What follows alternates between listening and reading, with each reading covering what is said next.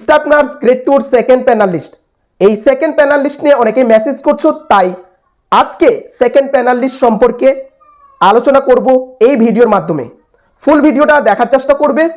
এই ভিডিওর মাধ্যমে একটা ছোট্ট ইনফরমেশন শেয়ার করব, যারা 2026-27 জন্য যারা প্রিপারেশন নিতে চাইছো স্টাফ নার্স গ্রেড 2 জন্য, অবশ্যই নতুন ব্যাচ স্টার্ট করা হয়েছে। তোমরা চাইলে জয়েনিং করতে পারো। হোয়াটসঅ্যাপ নাম্বার দেওয়া আছে 7797836235। তোমরা এই নাম্বারে যোগাযোগ করতে পারো। তোমরা অনেকেই জানতে চেয়েছো সেকেন্ড প্যানেল লিস্ট কি আদৌ বার হবে, আদৌ কি পাবলিশ করবে। সেকেন্ড প্যানেল লিস্ট পাবলিশ হবে কিনা তার আগে তোমাদের জানাবো 2022 রিক্রুটমেন্টে যেটা জয়েনিং করেছে 2023-এ, যারা 2023-এ জয়েনিং করেছে তারা বলতে পারবে।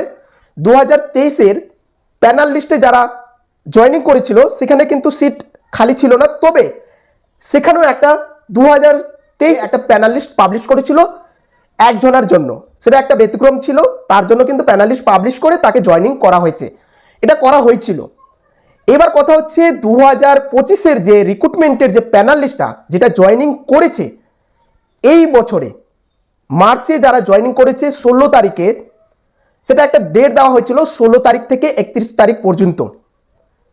এই ডেটের মধ্যে প্রায় 150 থেকে 200 জন এখনো জয়েনিং করেনি। তোমরা জানো বোর্ডের তরফ থেকে জানানো হয়েছে যে 150 থেকে 200 জন ক্যান্ডিডেট এখনো জয়েনিং করেনি। এই 150 থেকে 200 সিট এখনো ভ্যাকেন্ট আছে, মানে খালি আছে। এবার কথা হচ্ছে এই ভ্যাকেন্ট সিটগুলোর উপরে সেকেন্ড প্যানেল লিস্ট কি পাবলিশ করা হবে। আমি আমার মত প্রকাশ করছি এই ভিডিওর মাধ্যমে যে তোমাদের এই যে সিটগুলো খালি আছে এই সিটগুলো পরিবর্তে সেকেন্ড প্যানেল লিস্ট পাবলিশ হওয়ার চান্স আছে। কেন? কারণ আমরা অ্যাজ এ স্টাফ নার্স আমরা বুঝতে পারছি যে স্টাফের কিন্তু ক্রাইসিস এখনো আছে। জানি না কেন তারা জয়েনিং করেনি, হয়তো বেটার, এর থেকে বেটার কোনো তারা জব পেয়েছে তার জন্য হয়তো তারা জয়েনিং করেনি। তবে এই সিটগুলোর উপরে সেকেন্ড প্যানেল লিস্ট পাবলিশ করার চান্স আছে, মানে স্টাফ অনুযায়ী। তোমরা দেখবে হসপিটালে কোনো হসপিটালে অনেক স্টাফ দিয়েছে, এটা আমি তোমাদেরকে বলছি এই ভিডিওর মাধ্যমে, বাট কোনো হসপিটালে আরো স্টাফ লাগবে। ঠিক আছে, যতগুলো রিকোয়ার্ড ছিল, যতগুলো স্টাফ লাগবে সেই অনুযায়ী স্টাফ দেওয়া হয়নি, বাট কোনো হসপিটালে স্টাফ অনেকগুলো দিয়েছে। তো সেই অনুযায়ী বলছি যে যেগুলো ভ্যাকেন্ট আছে সেগুলো তোমাদের সেকেন্ড প্যানেল লিস্ট হিসাবে তোমাদের পাবলিশ করা হবে।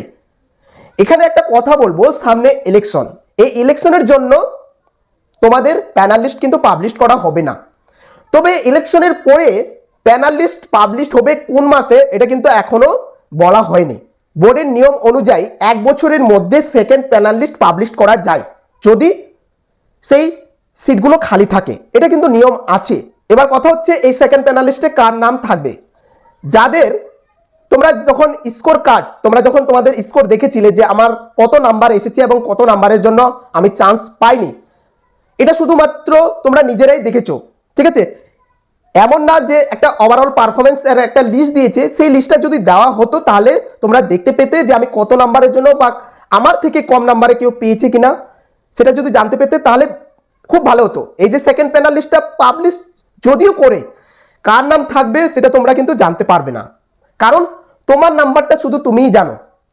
ঠিক আছে, কারণ স্কোর কার্ড ডাউনলোড করে তোমার নাম্বারটা তুমি দেখেছো। তবে চান্স আছে যাদের নাম্বার ভালো ছিল 1 থেকে 2 নাম্বারের জন্য যাদের নাম আসেনি, ঠিক আছে, বা কোনো পয়েন্টের জন্য নাম আসেনি, তাদের সেকেন্ড প্যানেল লিস্টে নাম আসার চান্স আছে। সরকার যদি এই ক্যান্ডিডেট নিয়ে যেগুলো জয়েনিং করেছে সেগুলো নিয়ে যদি চালাতে পারে তাহলে বুঝে নাও সেকেন্ড প্যানেল লিস্ট আর পাবলিশ করবে না। তবে হসপিটালের কর্তৃপক্ষ থেকে যদি আপিল করে দেন না আমার স্টাফ লাগবে, তাহলে অবশ্যই সেকেন্ড প্যানেল লিস্ট গুলো পাবলিশ করবে। ঠিক আছে, তো ভিডিওটা এখান থেকে শেষ করছি। তোমরা জানতে চেয়েছিলে আমার মতামতটা কি, যে পাবলিশ করবে কিনা, সেটা তোমাদের জানালাম।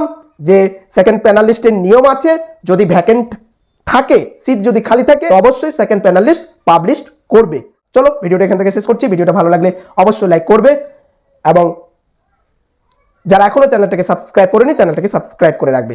ভালো থাকবে, সুস্থ থাকবে, দেখা হচ্ছে পরবর্তী একটি নার্সিং রিলেটেড ভিডিও নিয়ে।